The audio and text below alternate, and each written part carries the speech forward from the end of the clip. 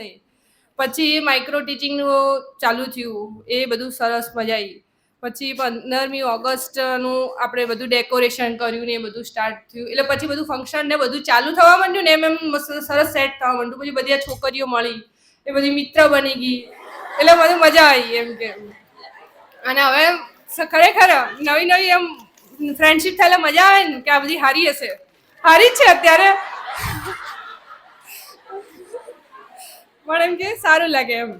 પછી અને અત્યારે એમ એવું છે કે કોઈને એમ છોડીને જવું નથી, પેલું નહીં, જબ યારી ગહેરી હુઈ તબ તક તો બિછડને કા વક્ત આ ગયા. એમ કે હવે બહુ મજા આવી છે અમને બધાની સાથે રહેવાની, બધું શેર કરવાની, નાસ્તો ટિફિન જે બધું લાવતા હતા. અને એમ કે હવે બરાબર રહેવાની મજા આવી, તબ તક તો બિછડને કા વક્ત આ ગયા. એવું જ છે આ. અને એમ કહેવા જઈએ ને કે બીએડમાં જે શીખવા મળ્યું છે ને, સરસ જ શીખવા મળ્યું બધું, આપણે સારું જ શીખાયું. એવું જ છે, ખરેખર સરસ શીખાય, એમાં સારી કોઈ વાત નહીં. મતલબ અહીંયા બહુ બધા એમ કે એક્સપિરિયન્સ થયા છે, ખબર નહીં આમ કે આમ હવે તો ગમે તેવું સાસરું મળે તો કોઈ વાંધો નથી. એ છે રસલો હેન્ડલ.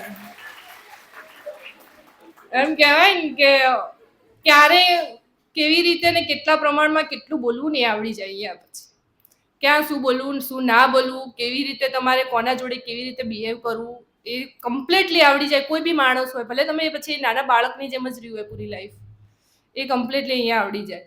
પછી એક વિષયાભૂમિક કૌશલ્ય જો તમે ઓબ્ઝર્વ કર્યું હોય ને, બરાબર જો શીખ્યા હોય ને અંદર ઉતાર્યું હોય ને, તો કયા માણસ જોડે કેવી રીતે વાત ગઢાવીને આવડી જાય. હા, કોઈ નહીં પેલો વિદ્યાર્થી જોડે પાઠનું નામ ગઢાવવાનું હોય, એમ તમે ઘરમાં એવું ઓબ્ઝર્વ કરજો, કોઈ જુઠ્ઠું બોલીને આવ્યો હોય ને તને ફેરવીને પ્રશ્નો પૂછે ને તો ટોપિક પર આવી જ જાય. એટલે જો વિષયાભૂમિક કૌશલ્ય જે બરાબર શીખ્યા છે ને કોઈ બી જોડે વાત ગઢાઈ જશે, એ છે. પછી બહુ બધા કૌશલ્ય આપણે શીખ્યા એ બધા ખરેખર. અને જે ઇન્ટર્નશીપમાં જે તમારી પ્રવૃત્તિઓ કરવાની આવે ને, ક્રિયાત્મક સંશોધન છે વગેરે વગેરે, એ જો તમે બરાબર કરી છે ને તો તમારા બધાનો ટાટમાં એક માર્ક્સ છે. એમાં ક્રિયાત્મક સંશોધન વાંચવાની જરૂર જ નહીં પડે. જો તમે લીગલી કામ કરીએ ને એમ કે તો જ તમને આવડે છે આ બધું. નહીંતર તમે વાંચીને તમે એવું કરો કે મારે અત્યારે કંઈ કરવું નથી, હું ફટાફટ આ એક્ટિવિટી ખતમ કરી નાખું, તો કોઈ એક્ટિવિટી અહીંયા એમ કે ફાલતુમાં નહીં આવતા. એક વસ્તુ એ છે કેમ કે જો એ જે આખી એક્ટિવિટી કરીને જે એક્સપિરિયન્સ મળીને તમે જે શીખો છો ને, એટલું વાંચવામાંથી નહીં મળે. જેને એમ કે જે આ ક્રિયાત્મક સંશોધન છે, બીજા એવા બહુ બધા ટોપિક છે જે આપણે એક્ટિવિટીની સાથે જોડાયેલા છે, તો એમ કે એ પ્રશ્નોના સીધા ઉત્તર તમે લખી શકશો. પછી ગમે તે ફેરવીને પ્રશ્ન પૂછે ને તો એમ કે આપણને આવડી શકે. એટલે બધું જ ઇમ્પોર્ટન્ટ વસ્તુ જ છે. પછી આ બધા ફંક્શન થાય ને એમાં બહુ મજા આવે બીએડમાં. નાસ્તો બાસ્તો હોય, પાછળ જમવાનું હોય, એટલે અમારે તો કેવું રાંધવાની શાંતિ હોય ને એવું જ જોઈએ પહેલાં તો. એ તો જોઈએ જ ને ખાવા પહેલાં. પછી અમે જોવો ને કેટલું બધું ફર્યા. મોઢેરા ગયા હતા ચિરાગ સર હાથે. હા, મજા જ. એ દિવસે ખબર પડી ચિરાગ સરના સ્વભાવ થોડા આમ કુલે છે, આખો દિવસ રજા નહીં.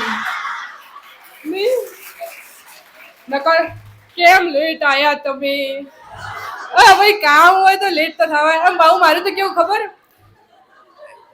જે એમ કે હોય ને શું કહેવાય, જે સાચું કારણ હોય કે પાણી નતું આવ્યું તો એ જ કહેવાનું, એ જૂઠું નહીં બોલવાનું. કારણ કે મારે તો બસ ના હોય, રિક્ષા હોય ના, તો સાચું તો કેવું જ પડે. એટલે ભાઈ બધા હશે ક્લાસમાં કે કાજલ તો આવું જ બોલે, પણ જે હોય તો કેવું પડે ને. પછી એક છે માઇક્રો ટીચિંગનો બહુ એક્સપિરિયન્સ કહેવાય ને, સારો નહીં મારા માટે. મને ખબર નહીં, એ બહુ અડી ગયું હતું આમ અંદર, ટચ થઈ ગયું હતું. એમ કે મારો નંબર નહોતો આવ્યો ને એ વાત, એ જે હું રડ્યું અને જે મને જે હર્ટ થયું ને હું નહીં ભૂલી શકું. પણ એ વસ્તુ એક શીખવાની, એમ કે જિંદગીમાં હાર માનતા શીખવી. કારણ કે બહુ એક્સેપ્ટેશન ના રાખવી દે, જેવું તમે ધારો વિચારો એવું થતું નહીં. અને તમે જેવું એમ કે તમને એવું લાગતું હોય કે મને આવડે છે, પણ એવું નહીં હોતું, આપણને આવડતું નથી ઘણી વાર. જે આપણે ટાટમાં ભૂલો કરી આવડે આમ પછી લોચા કરીને આવીએ ને એમ. પછી છે મોઢેરા ગયા, એ બહુ મજા આવી ગઈ. પછી પેલું ખબર આપણે ઝુંપડપટ્ટીના બાળકોને હાલવા ગયા હતા, એ બધું નાનું બહુ બધું છે. એ જો તમે બીએડમાં કંટાળો આવતો હોય ને તો એક્ટિવિટીમાં બહુ રસ લેવાનો. સરસ મજાનું તૈયાર થઈને જવાનું, નામ કરવાનું, એટલે આપણું મગજ એમાં જ રહે. બાકી બહુ લોડ નહીં લેવાનો, એટલે બાકી મજા આવે. પછી દિવાળી હોય એટલે મહેંદી લગાવવાની ને, એટલે બધું બહુ મજા આવે. દિવાળીમાં તો બહુ મજા આવે, છેલ્લે પાછું ટુકડો ખાવાય મળે. પછી બીજું વર્ષ સ્ટાર્ટ થયું એટલે આ લોકોએ એડમિશન લીધું ને એટલે સર તો એમાં બિઝી રહેવા લાગે. એટલે મને તો બહુ આમ અંદરથી પેલો ભાવ થવા માંડ્યો કે અમારા સર તો હવે અમારાથી દૂર થવા લાગ્યા. એ ભાવ મને ખરેખર એવું થવા લાગ્યું કે આ તો અમારા સરને એમ નહીં, એક આપણી કોઈ મમ્મી હોય ને પછી મને ભાગ પડાવે તો આપણને કેવું લાગે, એમ એવી ફિલિંગ આવતી હતી એ વખતે મને કે આ અમારા સરમાં ભાગ પડાવશે આમ તો સર અમને બરાબર ટાઈમ આવતા હતા, એવું લાવવા લાગ્યું ખરેખર.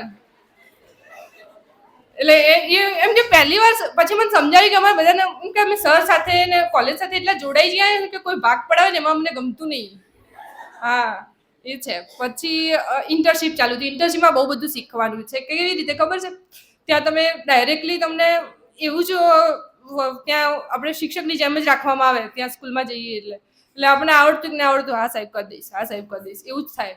એટલે ભાઈ કરવું પડે. મેં બહુ બધા મને સ્કૂલમાં બહારના કામ બી અમે બહુ બધા કરવા જતા હતા. મારી જોડે સૃષ્ટિ હતી ઇન્ટર્નશીપમાં પહેલાં તો, પછી રાધા, લક્ષ્મી, અમે લોકો સાથે હતા. તો પછી જેના એમ કે એક વસ્તુ મેં એ ઓબ્ઝર્વ કરી છે, પહેલાં મેં ફાલ્ગુની જોડે અઠવાડિયું ઇન્ટર્નશીપ કરી હતી, ત્યારબાદ જે 2 મહિનાની તે સૃષ્ટિ જોડે કરી હતી, પછી રાધા, લક્ષ્મી ને અમે બધા અની ને બધા જોડે કરી. તો એમાં એવું કે તમે જે માણસ જોડે રહો છો ને તમને એ માણસની એમ કે આદત પડવા લાગે છે. જો અમે જ્યારે ફાલ્ગુની જોડે ઇન્ટર્નશીપ કરી તો મારું બરાબર એના જોડે બોન્ડિંગ થઈ ગયું હતું. ખરેખર મજા આવતી કે આખું એને ઓળખી લીધી. પછી મેં સૃષ્ટિ જોડે કરી તો એના જોડે એમ કે મને સારું. તમે જેવા માણસ જોડે રહો છો ને તમે એવા જ થાવ છો, અને એની આદત પડે પછી ગમે તે હોય. એવું નહીં કે તમે કોઈ બી માણસ જોડે અઠવાડિયું રહો ને તમે એવા થવા લાગો, એવું મેં વિચાર્યું એમ કે એના પરથી કે અમે બંને અલગ વિચારવાળા હતા. હું ને સૃષ્ટિ બંને ઓપોઝિટ વિચારવાળા. ખબર નહીં કેમનું બેહી ગયું મારું.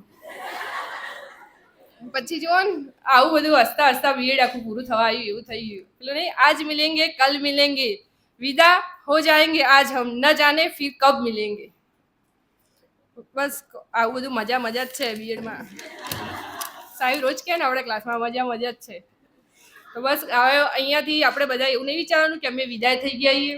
આપણે અહીંયાથી આપણે એમ કે બહાર જે જઈશું ને, પેલું શું કહેવાય, ને આજ સે મેરી ચિડિયા ફ્લાય કરેગી.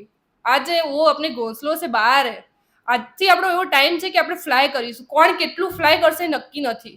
જેવું જ એને આસમાન મળશે એવું ફ્લાય કરશે. જો તમે અહીંયાથી બરાબર એમ કે તમને સારું એવું મળી જાય તો તમે બરાબર ફ્લાય કરશો. કોઈ ટીચરમાં જશે, કોઈ